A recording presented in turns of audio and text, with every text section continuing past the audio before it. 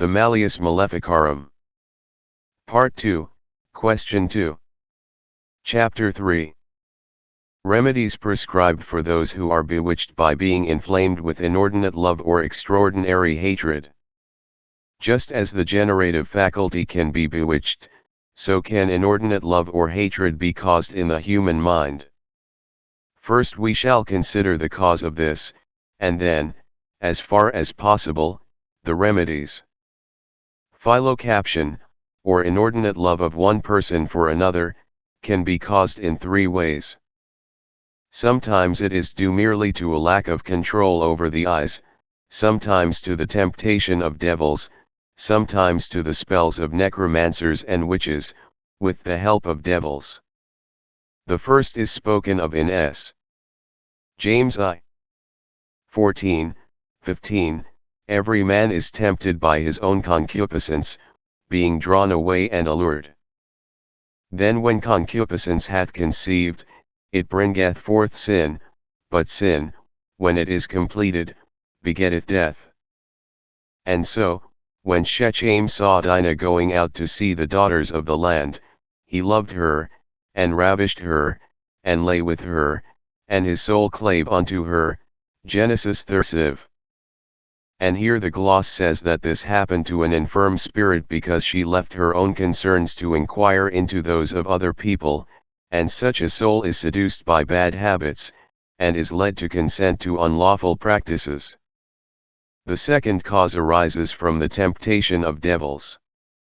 In this way Amnon loved his beautiful sister Tamar, and was so vexed that he fell sick for love of her. 2 Samuel 13. For he could not have been so totally corrupt in his mind as to fall into so great a crime of incest unless he had been grievously tempted by the devil. The Book of the Holy Fathers refers to this kind of love, where it says that even in their hermitages they were exposed to every temptation, including that of carnal desires, for some of them were at times tempted with the love of women more than it is possible to believe. Paul also says, in 2 Corinthians 12, there was given to me a thorn in the flesh, the messenger of Satan to buffet me, and the gloss explains this as referring to the temptation of lust. But it is said that when a man does not give way to temptation he does not sin, but it is an exercise for his virtue, but this is to be understood of the temptation of the devil, not of that of the flesh, for this is a venial sin even if a man does not yield to it. Many examples of this are to be read. As for the third cause, by which inordinate love proceeds from devils and witches' works. The possibility of this sort of witchcraft has been exhaustively considered in the questions of the first part as to whether devils through the agency of witches can turn the minds of men to inordinate love or hatred, and it was proved by examples which had fallen within our own experience. Indeed, this is the best known and most general form of witchcraft. But the following question may be asked: Peter has been seized with an inordinate love of this description, but he does not know whether it is due to the first or the second or the third cause. It must be answered that it can be by the work of the devil that hatred is stirred up between married people so as to cause the crime of adultery. But when a man is so bound in the meshes of carnal lust and desire that he can be made to desist from it by no shame, words, blows or action, and when a man often puts away his beautiful wife to cleave to the most hideous of women, and when he cannot rest in the night, but is so demented that he must go by devious ways to his mistress, and when it is found that those of noblest birth, governors and other rich men, are the most miserably involved in this sin, for this age is dominated by women, and was foretold by S. Hildegard, as Vincent of Beauvais records in the Mirror of History, although he said it would not endure for as long as it already has, and when the world is now full of adultery, especially among the most highly born, when all this is considered, I say, of what use is it to speak of remedies to those who desire no remedy? Nevertheless, for the satisfaction of the pious reader, we will set down briefly some of the remedies for phylocaption when it is not due to witchcraft.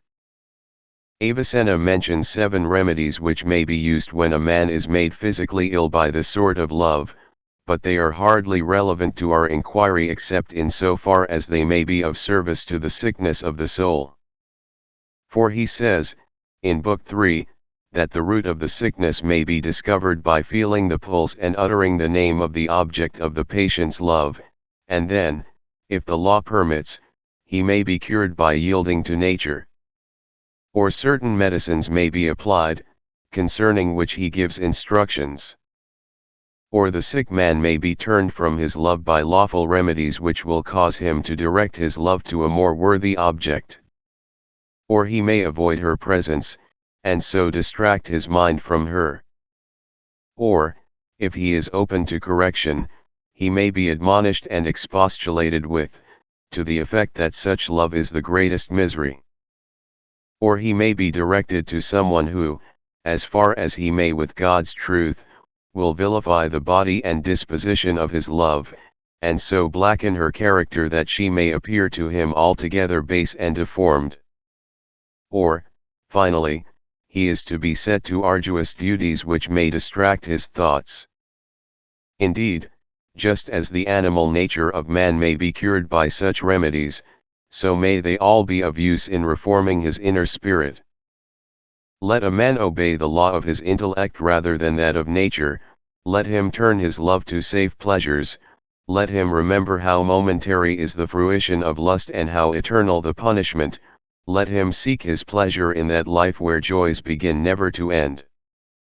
And let him consider that if he cleaves to this earthly love, that will be his sole reward, but he will lose the bliss of heaven, and be condemned to eternal fire. Behold the 3 irrevocable losses which proceed from inordinate lust. With regard to phylocaption caused by witchcraft, the remedies detailed in the preceding chapter may not inconveniently be applied here also, especially the exorcisms by sacred words which the bewitched person can himself use. Let him daily invoke the guardian angel deputed to him by God, let him use confession and frequent the shrines of the saints, especially of the Blessed Virgin, and without doubt he will be delivered. But how abject are those strong men who, discarding their natural gifts and the armor of virtue, cease to defend themselves, whereas the girls themselves in their invincible frailty use those very rejected weapons to repel this kind of witchcraft. We give one out of many examples in their praise. There was in a country village near Lindau in the Diocese of Constance a grown maid fair to see and of even more elegant behavior, at sight of whom a certain man of loose principles, a cleric in sooth, but not a priest, was smitten with violent pangs of love. And being unable to conceal the wound in his heart any longer, he went to the place where the girl was working, and with fair words showed that he was in the net of the devil, beginning by venturing in words only to persuade the girl to grant him her love. She, perceiving by divine instinct his meaning, and being chaste in mind and body, bravely answered him, "Master, do not come to my house with such words, for modesty itself forbids." To this he replied, "Although you will not be persuaded by gentle words to love me, yet I promise you that soon you will be compelled by my deeds to love me." Now that man was a suspected enchanter and wizard. The maiden considered his words as but empty air, and until then felt in herself no spark of carnal love for him, but after a short time she began to have amorous thoughts. Perceiving this, and being inspired by God, she sought the protection of the Mother of Mercy, and devoutly implored her to intercede with her Son to help her.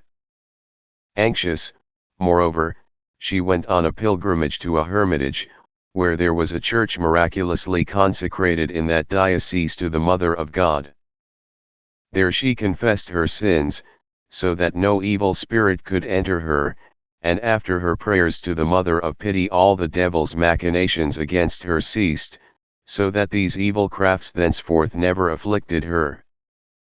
Nonetheless, there are still some strong men cruelly enticed by witches to this sort of love, so that it would seem that they could never restrain themselves from their inordinate lust for them, yet these often most manfully resist the temptation of lewd and filthy enticements, and by the aforesaid defenses overcome all the wiles of the devil. A rich young man in the town of Innsbruck provides us with a notable pattern of this sort of struggle. He was so importuned by witches that it is hardly possible for pen to describe his strivings, but he always kept a brave heart, and escaped by means of the remedies we have mentioned. Therefore it may justly be concluded that these remedies are infallible against this disease, and that they who use such weapons will most surely be delivered. And it must be understood that what we have said concerning inordinate love applies also to inordinate hatred, since the same discipline is of benefit for the two opposite extremes. But though the degree of witchcraft is equal in each, yet there is this difference in the case of hatred: the person who is hated must seek another remedy. For the man who hates his wife and puts her out of his heart will not easily, if he is an adulterer, be turned back again to his wife, even though he go on many a pilgrimage. Now it has been learned from witches that they cause the spell of hatred by means of serpents, for the serpent was the first instrument of the devil. And by reason of its curse inherits a hatred of women, therefore they cause such spells by placing the skin or head of a serpent under the threshold of a room or house. For this reason all the nooks and corners of the house where such a woman lives are to be closely examined and reconstructed as far as possible, or else she must be lodged in the houses of others. And when it is said the bewitched men can exorcise themselves, it is to be understood that they can wear the sacred words or benedictions of incantations round their necks, if they are unable to read or pronounce the benedictions, but it will be shown later in what way this should be done.